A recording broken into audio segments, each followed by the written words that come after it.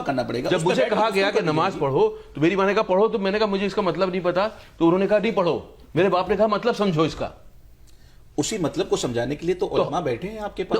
नहीं, उलमा भी बैठे। मेरा एक्सपेरिमेंट, मेरी जिंदगी है। देखिए मेरी बात सुनिए।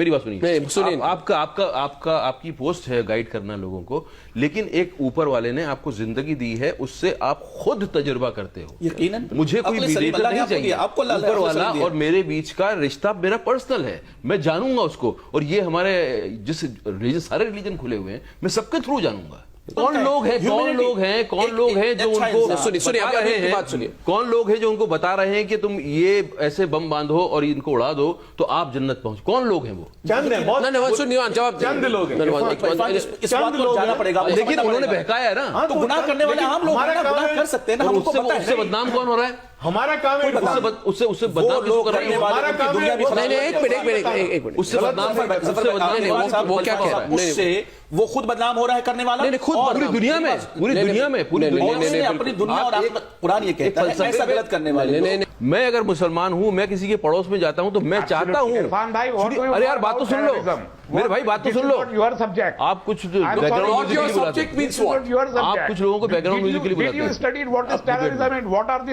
अरे सुन तो लीजिए, आप commenting before with a raw knowledge.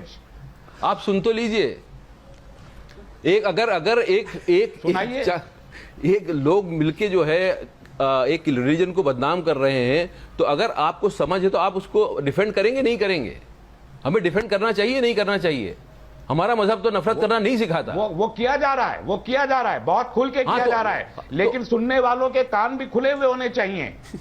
अगर डेलिबरेटली कोई सो जाए तो आप उसे जगा नहीं सकते हैं। कौन? लेकिन जबरदस्ती जगाने की कोशिश करेंगे तो लेकिन पहले तो आदमी खुद जागेगा तब तो जगाएगा। ज्यादा मुफ्तियों ने फतवा दिया, अगर आदमी खुद ही नहीं जागा तो दूसरों को कैसे जगाएगा? सुनने को तैयार हुआ है।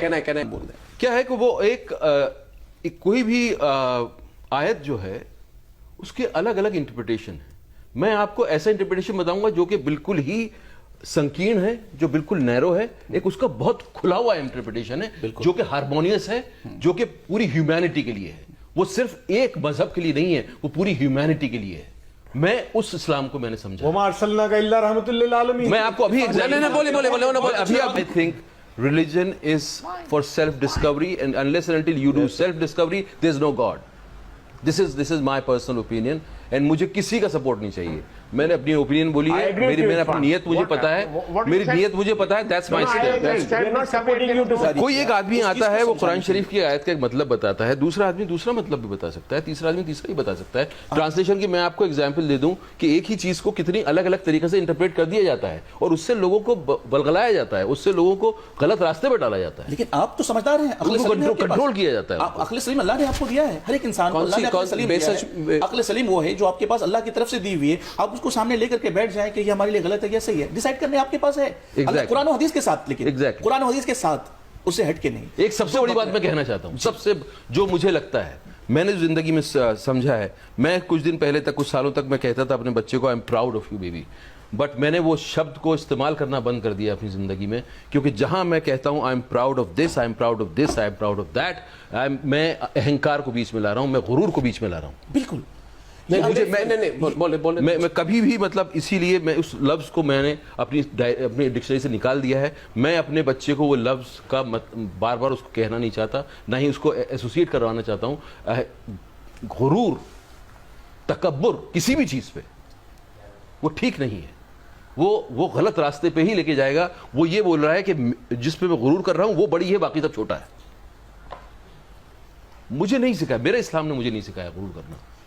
अगर कल इरफान भाई कहने लगे कि मुझे शराब पीना मेरे लिए जरूरी है और शराब को हराम नहीं होना चाहिए, तो क्या सारी दुनिया भर मैं इस्लाम का सहारा थोड़ी लूंगा उसके लिए। आप जवाब दें तस्लीम भाई, मैं उसका इस्लाम का सहारा थोड़ी लूंगा, वो मैं ओनस अपने पे लूंगा। अगर मुझे किसी से बदला लेना है तो वो मैं इस्लाम को बीच में नहीं लाऊंगा। अगर आप मानते हैं, नहीं, मैं इस्लाम को बीच में नहीं लाऊंगा, मानना पड़ेगा। उसके लिए मैं अधूरे इस्लाम को नहीं मान सकते, उसके लिए मैं इस्लाम को बीच में नहीं लाऊंगा। One ideology you have to believe it in complete in total. Every law of Islam will be applied to you.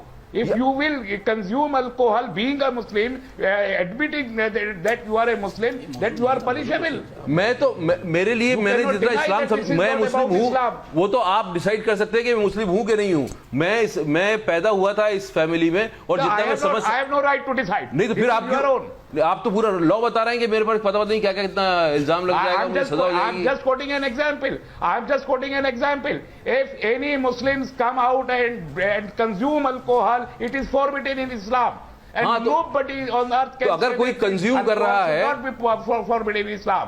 Islam has to be applied in toto, not in particles. कैसे होगा अप्लाई वो? Islamic nation बनेगा तब कहां होगा वो apply? It's not that. Wherever there is Islamic law, it's a crime under Islam. हाँ, तो मैं उसको जस्टिफाई नहीं करूंगा। I'm just quoting an example that you cannot evade. And Muslims all over the world, if they believe in Islam, most of Muslims. No, I think common sense की बात कर रहा हूँ कि आपकी जब शादी हुई तो आपने रिटर्न एक हुआ जी, हमने लिखते हैं ना, रिकॉर्ड में लिखते हैं ना, काजी साहब आते हैं, तो ये जब आप जुदा हो रहे हैं तब वो क्यों ना हो, तब रिटर्न क्यों ना हो? कॉमन सेंस की बात है। कुर्बानी करते वक्त आपका दिल दुखता है, आपके अंदर आपका सबमिशन का एक सेंस होता है, आप सबमिट करते हो टू ऑलमाइटी। अगर वो सेंस जाग नहीं रहा है तो क्या कुर्बानी करना से आपकी सोल पे कोई फर्क पड़ेगा? मैं ये पूछ रहा हूं सवाल। कहना चाह रहा हूं कि हर रिलीजन में जो भी रिचुअल है उसके पीछे बड़ा पर्पस है, उसके पीछे आदमी की, इंसान की सोल की पॉलिश करने के लिए है वो, ताकि आप दोबारा उस चीज को समझ सकें और वहां तक जा सकें और अपनी आत्मा को जगा सकें। रिलीजन जो है लिबरेट करने के लिए आया है, इंसान को लिबरेट करने के लिए आया है, उसकी आत्मा को समझना ही, अपने आप में उस तक पहुंचना ही पूरी जिंदगी लग जाती है। हम सिर्फ जब रिचुअल में बंद के रह जाते हैं तो उसका कुछ असर नहीं होता है। मैं ये कह रहा हूं कि उसके असली पर्पस को जानो और वहां तक पहुंचने की कोशिश करो। No. Says it's your direct relationship with him. It is between God and God. Between you and him. Yes, और वो तुम्हारे साथ है। No. और मेरी जिंदगी है उसको टेस्ट करने के लिए। There was one dialogue in my film, Life of Pi. Please, if you have time, I'll say that. The Pi says, faith is a house with many rooms. Many rooms. The other person asks him, there's no room for doubt. He says, plenty. In every floor. Doubt is a useful thing. It keeps your faith alive. Unless and until you test, your faith is not alive. That is what I test. I test my teachings and I experience myself. And that's how you work on your soul. कानून शरीयत के तहत अगर उस जिंदगी को हम गुजारते हैं तो ज्यादा बेहतर है। इरफान, आपने यकीनन बहुत अच्छी तरीके से दुनिया को समझाया है। और इस बात में थोड़ा सा जुमला कहना चाहूंगा, एक छोटा सा सेंटेंस अल्लाह उसके रसूल के कलाम से, कि यकीनन आपका ताल्लुक अपने रब के साथ डायरेक्टली है। मेरे पैगंबर ने कह दिया है कि नहनु अक़रबु इलैहि मिन हब्लिल वरीद, तुम्हारा रब तुम्हारी शहरक से ज्यादा करीब है। लेकिन उसी रब ने हमारे सामने कानून दिया जो रसूलुल्लाह ने बताया है कि इस पर अमल करने उसको समझने के लिए मुझे कोई चाहिए नहीं, कुरान चाहिए ना, वो मैं समझूंगा। यकीनन इस्लाम किसी को गुरूर नहीं सिखाता है। यहाँ पर सिर्फ एक छोटी सी बात यह है कि आपकी जिंदगी जीने का सलीका आपके पास अल्लाह ने यकीनन दे दिया है, हर एक इंसान को सौंप दिया है। वो बस ये है कि हमें जिंदगी जीने की एक किताब दी है, हम उस किताब की रूह से चलें, हमें किसी की सहारे की कोई जरूरत नहीं है। इस चीज को आप अच्छी तरीके से समझते हैं और आपने दुनिया के सामने आज वाज़ेह भी कर दिया है कि हमारा इंटेंशन ये नहीं था कि कुर्बानी ना करो, लेकिन आपके जो लास्ट गोल थे उस दिन जो इंटरव्यू के अंदर में कि सिर्फ 2 बकरा लाकर कुर्बानी कर देने से कुर्बानी नहीं होगी, ये जुमले थे। आप इसको ध्यान आप चाहें तो सुन सकते हैं। मेरे पास है कि लास्ट 2 बकरे मार्केट से लाए और सुबह पे आज दर्द होना चाहिए। आज एक ऐसा जानवर जिसको आपने साल भर पाला और फिर कुर्बानी की, वो ये कह रहे थे कि जाके खरीद सुबह लेकर के आए और कुर्बानी असल तरीका ये वो ठीक है क्या? वो तरीका ठीक है? कुर्बानी वो तरीका ठीक है, बिल्कुल कर सकते हैं। नहीं कर सकते हैं, नहीं करना चाहिए। नहीं तरीका जो है उससे सवाब मिलेगा, मुझे बताइए। मुझे सवाब मिलेगा अगर आप बाजार से लेके गए लाके खरीद के लाया, आपने कुर्बानी कर दी, कुर्बानी के दिन सवाब मिलेगा, बिल्कुल मिलेगा। 100% समझना चाहूंगा। हाँ, समझना चाहिए। मैं इसको थोड़ा सा वाज़ेह समझाना चाहूंगा, बहुत साफ सुथरा कुरान मुक़द्दस में हुक्म दिया कुर्बानी करने का। और 2 aspects of it. One, that लोगों को people who are relaying my thoughts, they might construe it, or people who are understanding, they might not get the same. What I've said is said by Mufti of Jaipur in Jama Masjid, but पता नहीं क्यों लोगों ने उसका गलत मतलब निकाला, लेकिन मैं अपनी बात रोकूंगा नहीं। मैं जरूर ऐसा प्लेटफॉर्म ढूंढूंगा जहां के बात डिस्कशन किया जा सकता है। मैं तो उनके साथ बैठना चाहूंगा, उनके साथ बैठना चाहूंगा, और मैं उसमें मुझे किसी तरह का कोई, मैं बैकफुट पर नहीं हूं।